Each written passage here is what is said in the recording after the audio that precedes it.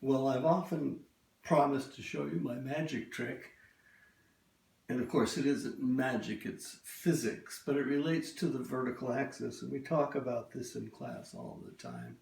We talk about finding the ground, finding the head top, finding the axis, bending our hip, knee, ankle, sitting down, and relaxing. And then I often talk about emptying the insubstantial hip, letting it get sucked in to that vertical axis.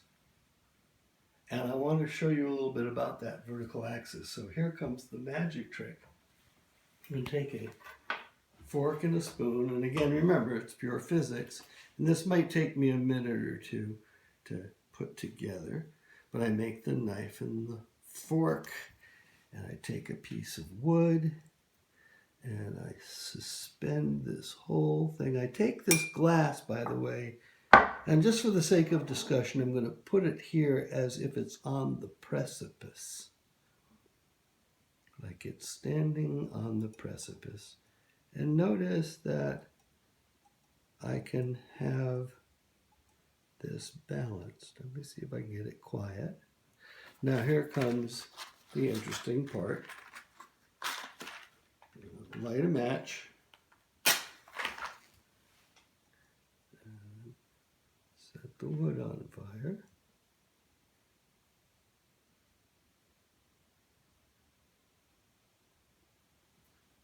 And we'll wait a minute or so. And in this metaphor, the fork and spoon are the arms and the legs.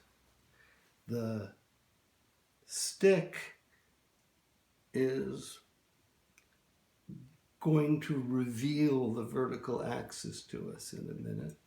I'm sorry the flame is taking so long. We could do this in super speed, but when I talk about emptying the insubstantial hip or standing on the precipice where I'm standing like this, I'm on the precipice.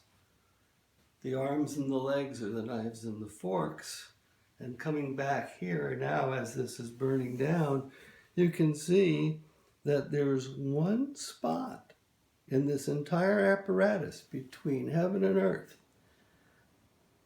And it's the spot where the stick hits the glass, goes through the glass, goes through the table, and the actual vertical axis is probably down here somewhere.